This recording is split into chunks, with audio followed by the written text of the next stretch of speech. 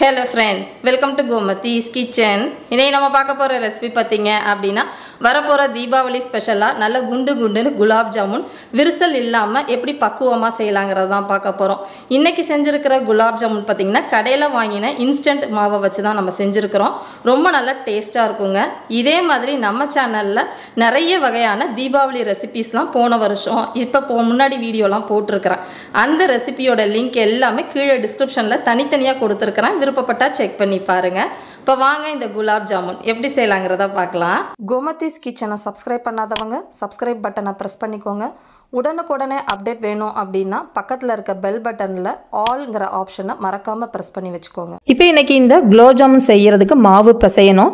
நீங்கள் மாவுன்னு பார்த்தீங்கன்னா எந்த பிராண்டு வேணால் வாங்கிக்கலாங்க. ஒரு பாக்கெட் அதாவது 200 கிராம் அளவுக்கு இன்ஸ்டன்ட் குலோப் ஜாமுன் மிக்ஸ் நான் வந்து எடுத்துருக்கிறேன். இப்போ இதை பிசைகிறதுக்கு முன்னாடி அதில் இருக்கிற கட்டிகள் எல்லாத்தையுமே நம்ம உடச்சி விட்டுட்டு தேவையான அளவு தண்ணி ஊற்றி பிசைஞ்சிக்கலாம்.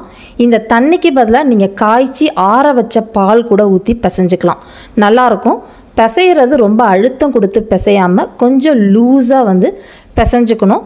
சப்பாத்தி மாவை விட நல்லா கொஞ்சம் பிசு பிசுப்பாக இந்த மாதிரி பிசைஞ்சதுக்கப்புறமா இதில் ஒரு 1/2 டேபிள் ஸ்பூன் அளவுக்கு நெய் சேர்த்து நல்ல கையில் ஒட்டாத மாதிரி பிசைஞ்சு கொடுத்துருங்க.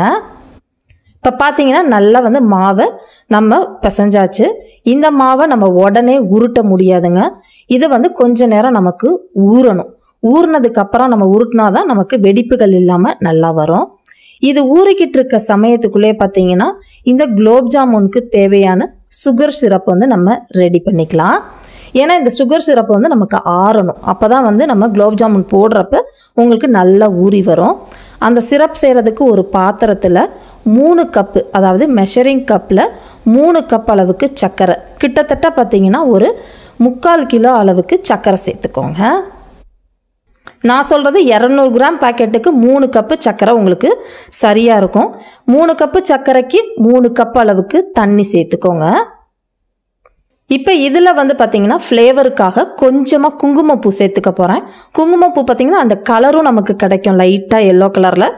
மேலும் அந்த வாசனையும் நல்லாயிருக்கும். இல்லைன்னா நீங்கள் தாராளமாக ஸ்கிப் பண்ணிக்கலாம். இப்போ இதை வந்து மீடியமுக்கும் சிம்முக்கும் நடுவில் வச்சு முதல்ல சர்க்கரையை கரைய விடுங்க. இப்போ பார்த்தீங்கன்னா நல்லா கரைஞ்சிருச்சு இல்லையா? இப்போ மீடியம் ஃப்ளேமில் வச்சு நம்ம சிரப் ரெடி பண்ண போகிறோம். இந்த கன்சிஸ்டன்சி அதாவது இந்த சுகர் சிரப்போட கன்சிஸ்டன்சின்னு பார்த்தீங்க அப்படின்னா ஒரு பிசுபிசுப்பான பதம் நமக்கு இருக்கணும். பிசுபிசுப்பு பதம்னா நமக்கு அரைக்கம்பி பதத்துக்கு முன்னாடி ஸ்டேஜ்னு சொல்லலாம். ரொம்ப வந்து பாகு முறுகிடுச்சு அப்படின்னா உங்களுக்கு குலோப் ஜாமுன் சுகர் சிரப்பில் ஊறாது. அதே மாதிரி ரொம்ப முறுகி ஒரு கம்பி போயிருச்சு அப்படின்னா நமக்கு மேலே பூத்து போன மாதிரி ஆகிடும். அதனால் கையில் விரலால் எடுத்து பார்த்திங்கன்னா உங்களுக்கு பிச்சுக்கு பிச்சுக்குன்னு இருக்கணும். அந்த கன்சிஸ்டன்சி குலோப் ஜாமுனுக்கு நமக்கு சரியாக இருக்கும். இப்போ அந்த கன்சிஸ்டன்சி வந்துருச்சு. அடுப்பு ஆஃப் பண்ணிடலாம். இப்போ இந்த சுகர் சிரப்பை நல்ல ஒரு அகலமான பாத்திரத்துக்கு மாற்றிக்கிட்டிங்கன்னா குலோப் ஜாமுன் போட்டு ஊற வைக்கிறதுக்கு நமக்கு நல்லாயிருக்கும். இதுலேயே ஒரு 3 ஏலக்காவை பொடிச்சிட்டு சேர்த்து இதை நல்லா ஆற விடுங்க. இப்போ பார்த்தீங்கன்னா நான் அந்த சுகர் சிரப்பை ரெடி பண்ணுறதுக்குள்ளே ஒரு 5-10 நிமிஷமாக இந்த மாவு ஊறி இருக்குது. இப்போ இதை வந்து நம்ம எந்த சைஸில் குலோப் ஜாமுன் போட போகிறோமோ அதுக்கேற்ற மாதிரி உருண்டைகளாக உருட்டிக்கோங்க. இதை வெடிப்பு இல்லாமல் உருட்டுறதுன்னு பார்த்தீங்கன்னா முதல்ல 2 உள்ளங்கையால் நல்லா ப்ரெஸ் பண்ணி உருட்டிட்டு மேலாக்கில் நீங்கள் வெடிப்பு இல்லாமல் நீங்கள் உருட்டிக்கலாம். அந்த மாதிரி பண்ணினீங்கன்னா உங்களுக்கு விரிசல் இல்லாமல் நல்லா வரும். இப்போ பார்த்தீங்கன்னா நம்ம ஒரு பாக்கெட் மாவுக்கு இத்தனை குலோப் ஜாமுன் நமக்கு கிடச்சிருக்கு. இப்போ இதை வந்து பொரிச்சுக்கலாம். இப்போ குலோப் ஜாமுன் பொரிக்கிறதுக்குன்னு பார்த்தீங்கன்னா எண்ணெயில் தான் நான் இன்றைக்கி பொரிக்க போகிறேன். இதுக்கு பதிலாக நீங்கள் நெய்யிலையும் பொரிச்சுக்கலாம். இப்போ இது காயறதுன்னு பார்த்தீங்கன்னா புகை வர சூட்டுக்கு காயக்கூடாது. மீடியமாக காஞ்சதுக்கு அப்புறமா நம்ம உருட்டி வச்ச குலோப் ஜாமுன்லாம் சேர்த்துக்கோங்க. அதிகமாக வந்து எண்ணெய் காஞ்சு நீங்கள் போடுறப்ப குலோப் ஜாமுன் சீக்கிரம் செவந்துடும். ஒரு பாதி அளவு எண்ணெய் காஞ்சதுக்கப்புறமா போட்டு ஒரு மீடியம் ஃப்ளேம்லேயே வச்சு இதை பொரிச்சு எடுங்க. அப்போ தான் உங்களுக்கு நல்லா வந்து மாவு வெந்து நிறமும் உங்களுக்கு கரெக்டாக இருக்கும். இப்போ பார்த்தீங்கன்னா ஓரளவு நல்லா செவந்துருச்சு இல்லையா? இன்னுமே நல்லா செவந்து எல்லா சைடும் ஒரே மாதிரி வறுப்பட்டு வரட்டும். இப்போ பார்த்தீங்கன்னா எல்லா சைடுமே நல்லா செவந்து வறுத்தாச்சு. இந்த டைம் நம்ம எடுத்துடலாம். எப்பயுமே கம்மியான தீயில வேக வச்சிங்கன்னா உள்ள வரைக்கும் மாவு வந்து உங்களுக்கு நல்லா இருக்கும். இப்போ பார்த்தீங்கன்னா நமக்கு குலோப் ஜாமுன் எடுத்தது சுட சுட இருக்குது. ஆனால் அந்த சுகர் சிரப்பு வந்து ஆறி இருக்கணும். இந்த மாதிரி ஆறின சிரப்பில் நம்ம வந்து இந்த குலோப் ஜாமுன் போடுறப்ப உங்களுக்கு பிரியாமல், அதாவது உடையாமல் நல்ல பக்குவமாக ஊறி உங்களுக்கு வரும்.